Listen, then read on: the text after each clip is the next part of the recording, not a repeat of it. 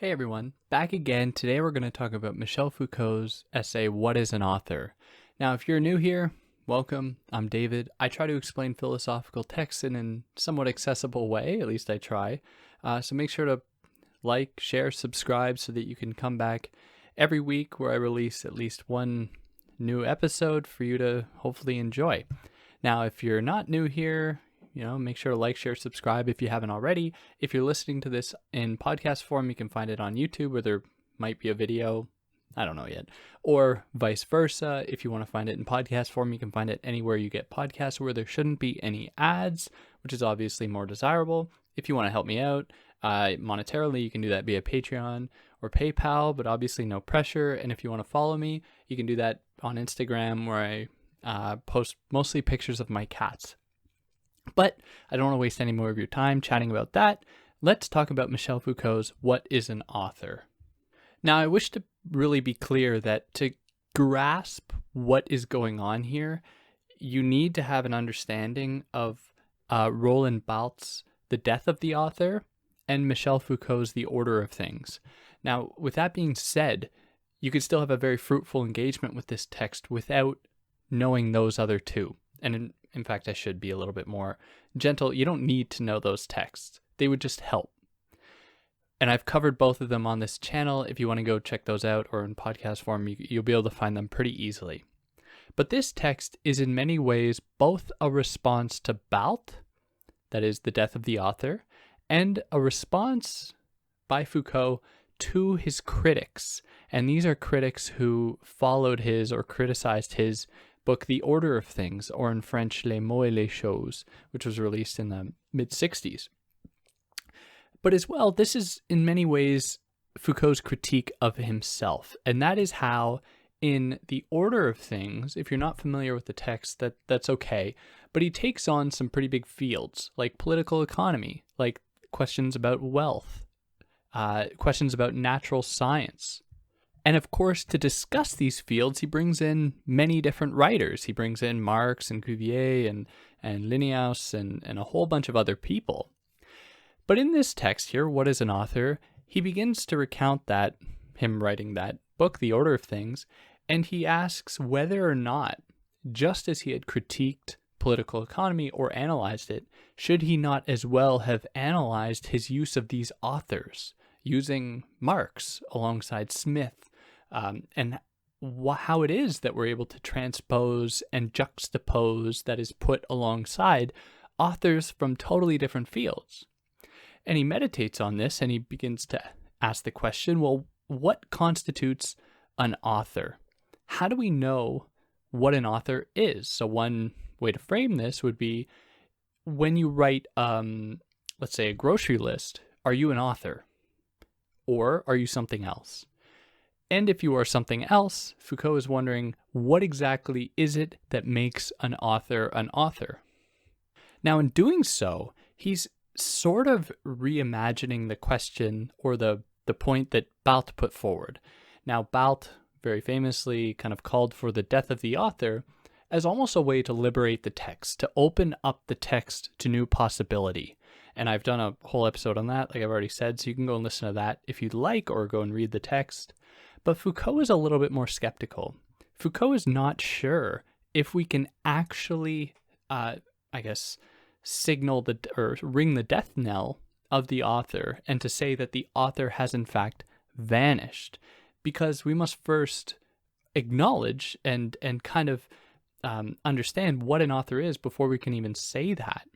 And then he moves from there to say, well, even if this author has died, does that necessarily mean that there's an opening up of interpretive possibility? And what I mean by that is that if the author is dead, then suddenly that does not mean that we can find the so-called truth of a text by saying, oh, well, we know why this was said because the author explained that it was for this reason, kind of limiting the amount of interpretation that can occur.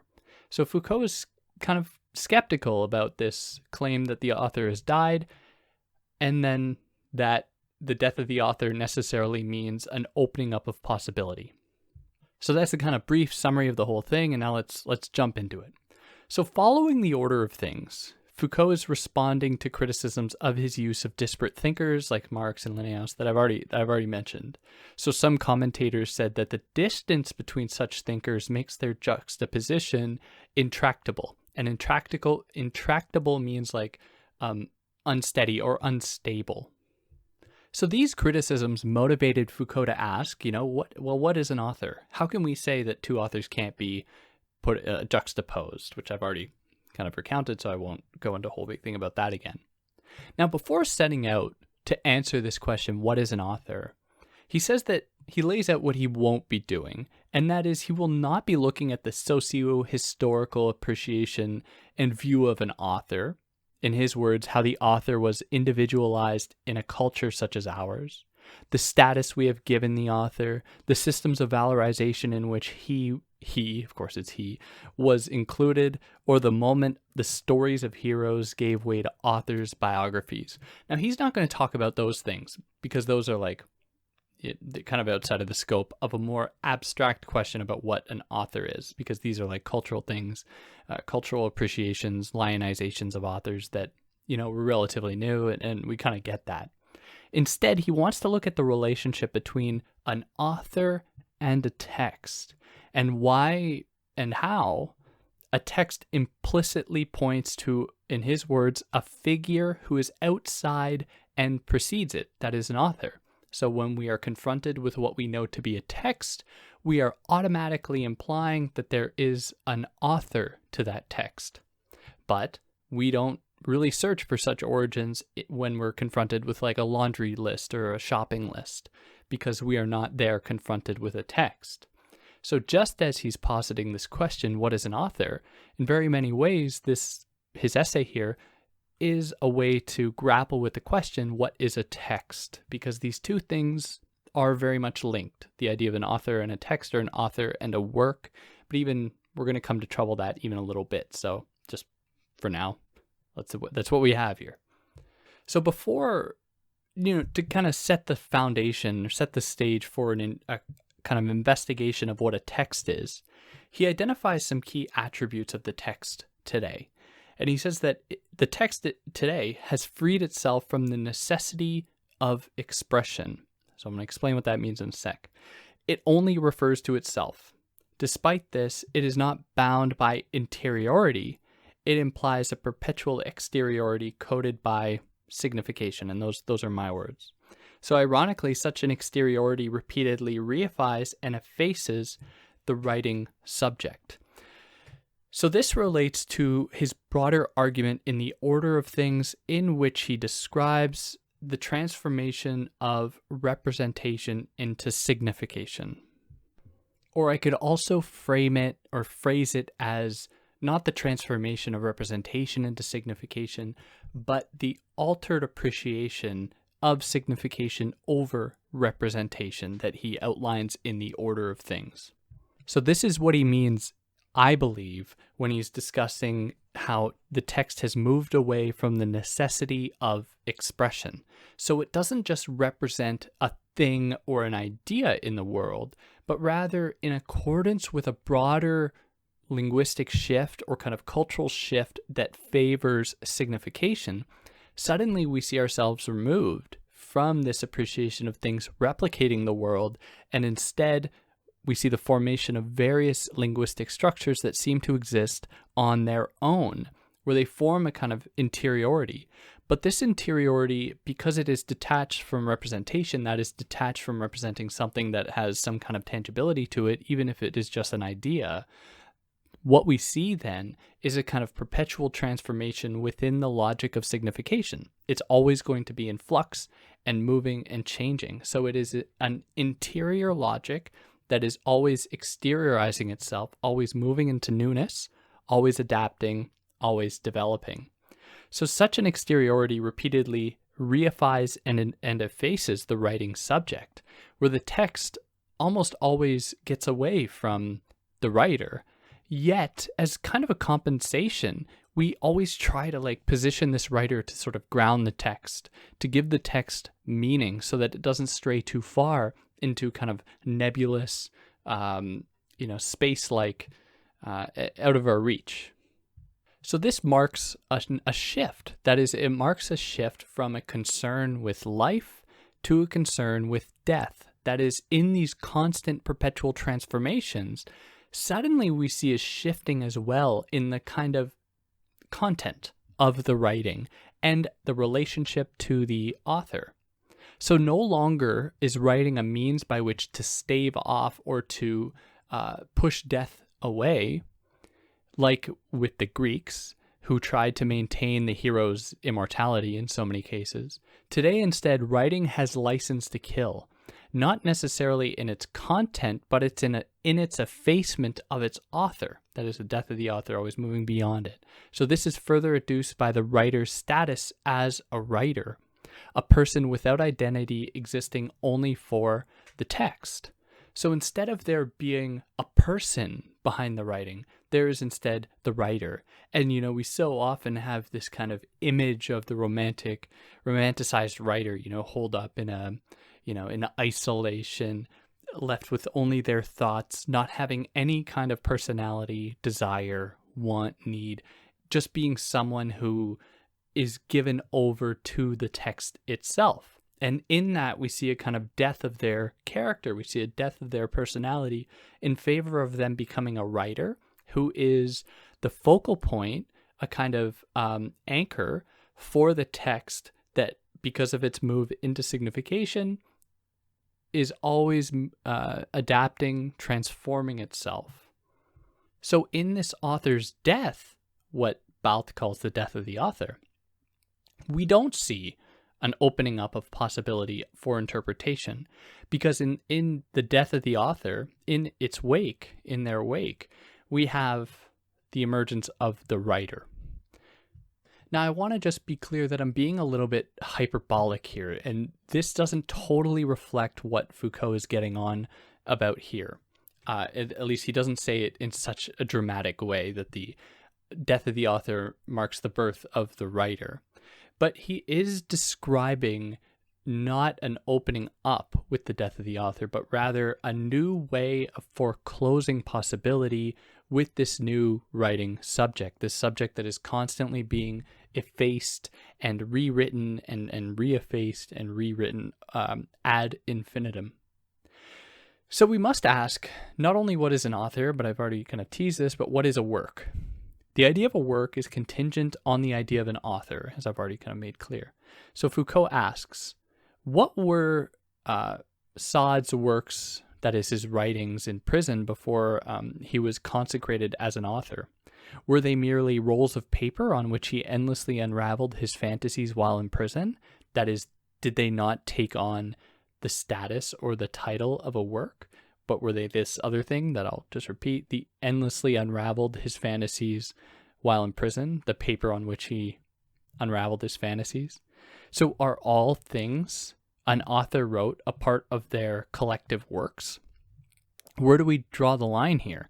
So should we include, I believe the example he gives in here is like Nietzsche's laundry list among Nietzsche's collected works? Should we include Nietzsche's personal diary to exist among his collected works? Or should we only engage with the texts that Nietzsche explicitly wrote to be part of the philosophical canon? But even then, we have to ask, as Foucault will get into a little bit later, how do we delimit? How do we set out to define the limits of a philosophical canon? Does someone have to say, this is going to fall into this canon before it can actually be recognized as that? And this question extends to something like art as well. When do you call a work of art a work of art? Is it when a child is playing in the mud and makes a little design in the mud? Do we call that a work of art?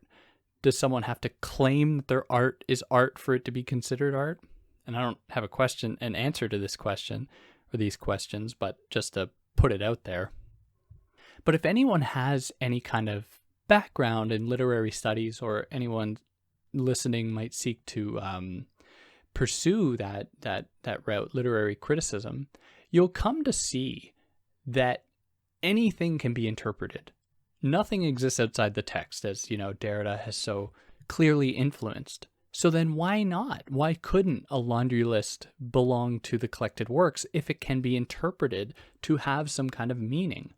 Now, Foucault takes this all a little bit further to ask, well, what is even a name, like a proper name? When you name someone, what are you doing here? So we already know that the author's name is tethered to the work that they are ostensibly created, whereas we don't know what a proper name is attached to, if it's attached to anything at all. So when we hear the name in the Western context, if the white man Western context, if we hear the name George Orwell, we think immediately, oh, Animal Farm, 1984. We have these texts that are absolutely attached to the name. Of course, we don't think of any other like possible things he wrote or anything, unless they were like Shooting an Elephant, for example, or actual stories that he wrote. We don't think of the possible laundry lists he had. But when we are confronted with another name that is Eric Blair, we don't think of 1984 and we don't think of Animal Farm, even though that is George Orwell's real name. And it's just because we've, historically that we were taught that George Orwell was the name of the person that wrote it or wrote those texts and not Eric Blair. But if you were to learn that George Orwell did not in fact write 1984 and Animal Farm and the other texts, you would have a completely different relationship with that person, even though the person hasn't changed that we've historically associated with the name, that is still the same physical person. We would have a very different relationship with them, despite that fact that nothing has actually changed. That is, with the real person and their proper name. And this is the difference between the author name and the proper name. Or if I, for example, referred to George Orwell as Eric Blair, his real name, I would still be referring to the correct author of 1984, even though it's a different name. So this reveals that we have a little bit of an intimate relationship with the author housing or being something that exists, the author name that is, being more than just a proper name. Like it must exist meaningfully within a certain kind of ideological frame, because the same cannot be said of various historical authors like Homer, for example, whose identity we're not even sure of or anything. Or the many anonymous texts throughout the course of history that Foucault will come to say doesn't really happen now. Or we have a strange relationship to anonymity within this discourse, within this framework today, because we always try to find a kind of real being behind the text, which is what he calls the being of discourse, because there is always that writer, not the author per se, but the writer that kind of grounds that discourse. But this only belongs to a certain kind of discourse. That is, we don't call someone who writes a letter an author. We call them like a signer. Or, someone who writes a laundry list is not, being an author or a writer. They're being, a house chore person at that moment. So the author name does not refer really to a person that exists outside of the text. When we invoke the idea of an author name, we are implicitly pointing to the author and their works, whereas the proper name is referring to that kind of so-called real person behind the author, the person that exists there. So where does this implicit attachment of the author and work come from? For Foucault, and this is keeping with pretty much Foucault's entire, all of his works, is that it comes from a kind of penal appropriation, a kind of punitive or system that seeks to force a kind of code upon people to keep them somewhat in line. So this is the point at which a text could be transgressive and therefore punishable. So it became necessary to, be able to attach a name to a text that might be transgressive, that might pose a challenge to the social order, so that they could be, properly dealt with. So prior to authors, there were, and he identifies that there were mythical, sacralized, and sacralizing figures, and they didn't produce works really, at least not in the way that we understand the work in terms of author work today. They produced acts, in his words. By contrast, a text is not a singular thing like an act. It is instead something to be circulated, something to be exchanged.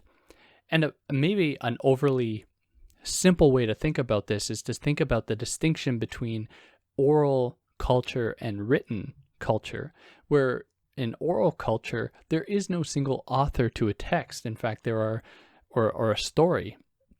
In fact, there are many people that add to the story, that help it transform and mold into newness. Whereas with the writer is like the kind of strict authority behind it. And the writer is the thing that grounds it, even though it itself will move and transform in its own way. So no surprise then the author would emerge alongside industrialization as just one point along this history of the written word and property. So the transgressive potential of the text was a compensation for this planned historical emergence, a way to inject the writing with more than relations of production. So let me rephrase that to try to make it make sense. Foucault locates the emergence of this idea, this implicit attachment of the author and the work, alongside industrialization, alongside liberalism and property, where he identifies that people became, to put it really simply, really obsessed with owning things. So it became a matter of owning your work. And he traces this also to like publishing houses that and ideas about copyright and all this that wanted to keep a firm white knuckle grip on ownership.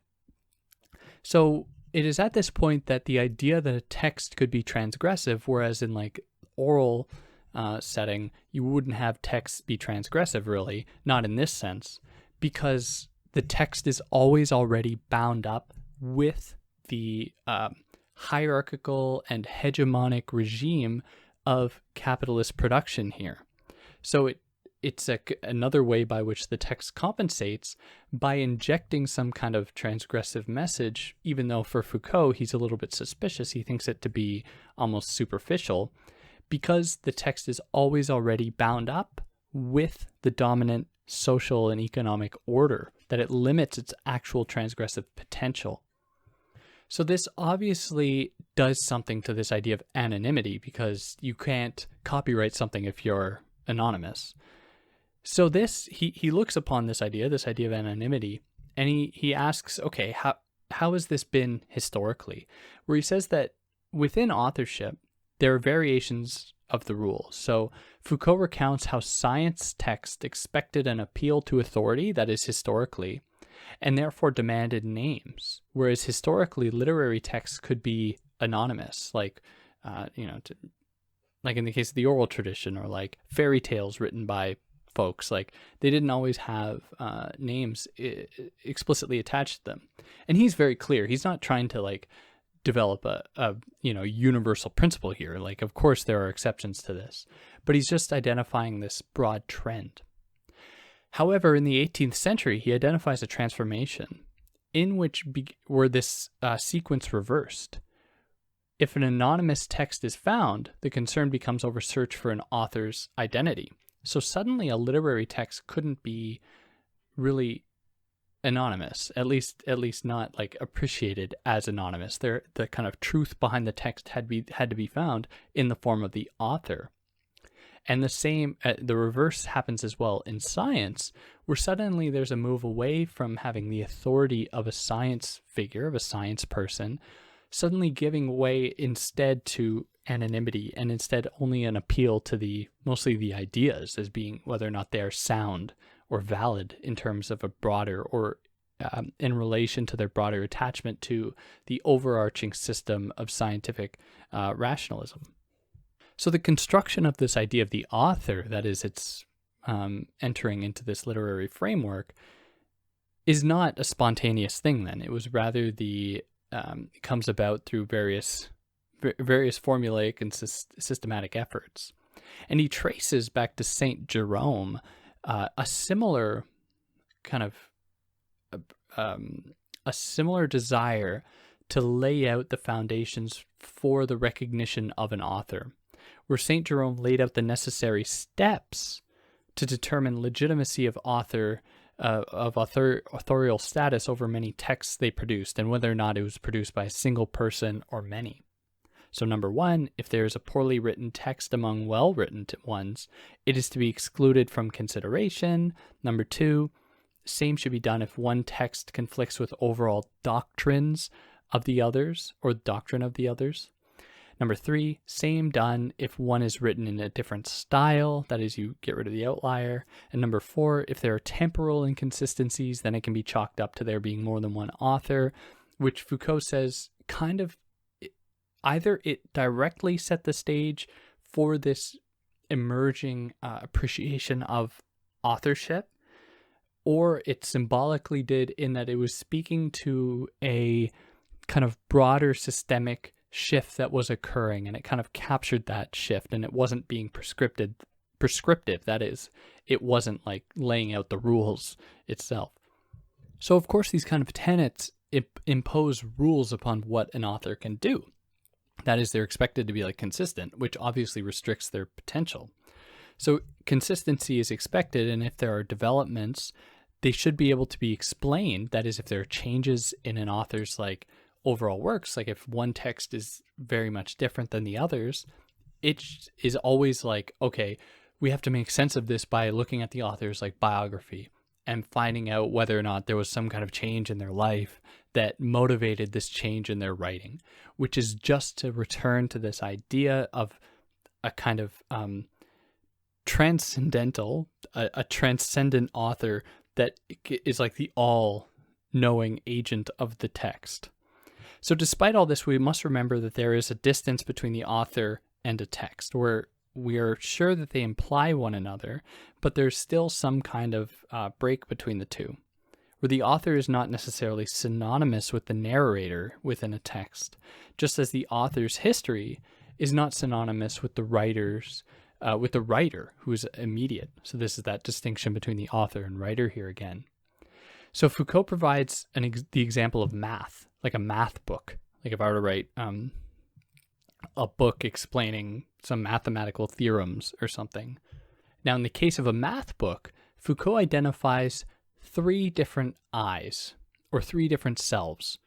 He says there is the I that writes the preface, there is the I within the text, who's like, I will prove that 1 + 1 = 2 with this theorem. And then there's the I that kind of comes after the text, who says something like, oh, if I had more time, I would have done this or rethought of it in this way. So the first I, the I of the preface, is the one that appeals to their kind of history as an author, as more as like their person, where they're like, I'd like to thank so-and-so, I'd like to thank, funding from so-and-so, kind of giving a background to their own personal lives. Then the one within the text is totally detached. Foucault says that one is kind of belongs to the theorems, belongs to what is being said, not necessarily who they are.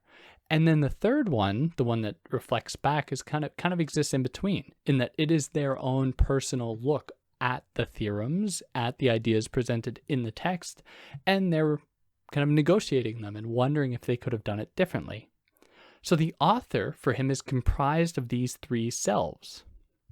So then at this point, he gives a kind of summary on how he's constructed this idea of the author. And he says this: the author function can be kind of summarized as follows.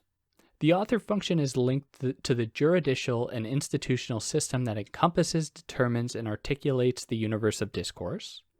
Number two, it does not affect all discourses in the same way at all times and in all types of civilization. Number three, it is not defined by the spontaneous attribution of a discourse to its producer, but rather by a series of specific and complex operations. And number four, it does not refer purely and simply to a real individual, since it can give rise simultaneously to several selves, to several subjects, positions that can be occupied by different classes of individuals.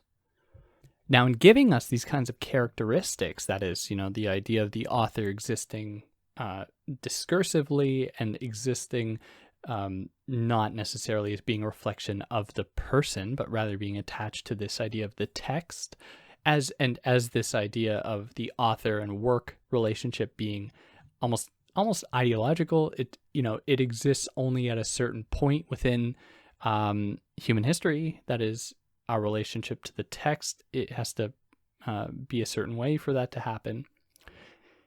After laying those out, he says that he's only engaging with a pretty narrow idea about what an author is here. So he's not really talking about, as I mentioned earlier, what like an artist, that is like a painter in relationship to their painting, whether or not they're an author, and how do you necessarily disentangle their possible conflation or being confounded. But what about these authors that have produced more, for example, than a text that is their own, whose work has spawned entire swaths of other works like Marx and Freud? So here he's beginning to ask, or he's asking, it's not just that we're dealing with someone who produces a text that's their own, like George Orwell writing 1984, like a standalone thing. What happens when we consider a writer like Marx or Freud who kind of birth a whole field of thought that spawns hundreds and thousands of other texts that essentially pay homage to that original thing? So these figures that do more than just write like a singular text that is their own, that open up a whole new field, Foucault calls them founders of discursivity. That is, in the case of Marx, he was not just writing a single book. He was writing an entire new, almost lexicon, like a new field of possible speech that completely determined and reshaped the relationship to the world and people's relationship to the world, more or less. And he calls them also transdiscursive. That is, they're able to formulate new discourses and move around them. So these founders of discursivity can assume two broad forms. So either there are either those who create a new field that is adhered to, for example, like someone who creates a new genre, and he provides the example of Anne Radcliffe and the Gothic horror genre, or there are those figures, founders of discursivity, who open a field that welcomes disagreements and debates. So when someone writes something belonging to the Gothic horror genre, they are essentially following the same kind of the same underlying principles or characteristics of that genre, or else they'll fall outside of it and then they won't actually belong to it, and they'll make their own little adjustments, but for the most part it'll adhere to that. Whereas in the case of like Marx and Freud, who he says are also these founders of discursivity, they welcome, or their constructions, their works welcome debates and disagreements, whereas someone like Anne Radcliffe, who founds a genre, isn't. You can't do that unless you want to just completely exist outside of that framework. Whereas you could post a critique to Freud and still be within the psychoanalytic tradition. But he provides another distinction here, and that is the distinction between founders of discursivity in like a literary sense or in a philosophical sense, like in Marx and Freud, and those founders of discursivity of science. So to engage with a founder of discursivity of science, let's say like Galileo or Newton or something like that, someone like that, to engage with them will never alter the kind of mechanical laws or the kind of truths that they put forward. However, an engagement with an FOD, founder of discursivity of literature, philosophy, discourse, might change the whole field. So a new interpretation of Marx might completely change Marxism, but you can't reinterpret Newton. You can't reinterpret Galileo. Like they kind of restrict that possibility. They restrict that possible engagement. So this is also to say then, and the same is kind of argued by Kant in the Critique of Judgment, when he says that Galileo isn't really special, which is an extreme thing to say. He's like, Galileo was going to happen no matter what, but someone like Dante may never have happened, where Kant, obviously privileging like poetry over science, says that a poet you can't teach poetry, whereas you can teach science. And science kind of corresponds to a generally positivistic teleological movement that will just happen, whereas poetry is not guaranteed to happen, and that's what makes it so special. So Foucault brings up this point, essentially, that is the distinction between a founder of discursivity of science versus a founder of discursivity of like philosophy or literature or something, just to really outline and to illustrate how problematic this question is, like what is an author, and how difficult it is to actually wrestle with. So he concludes the text by dissuading us from thinking of the author as a transcendent figure, as someone with an endless reservoir of new knowledge. In fact, the opposite is the case. He says that the author, as that is the person that is figured within a specific moment of power-knowledge relations, that is constructed in relation to industrialization, to notions about private property, all of that.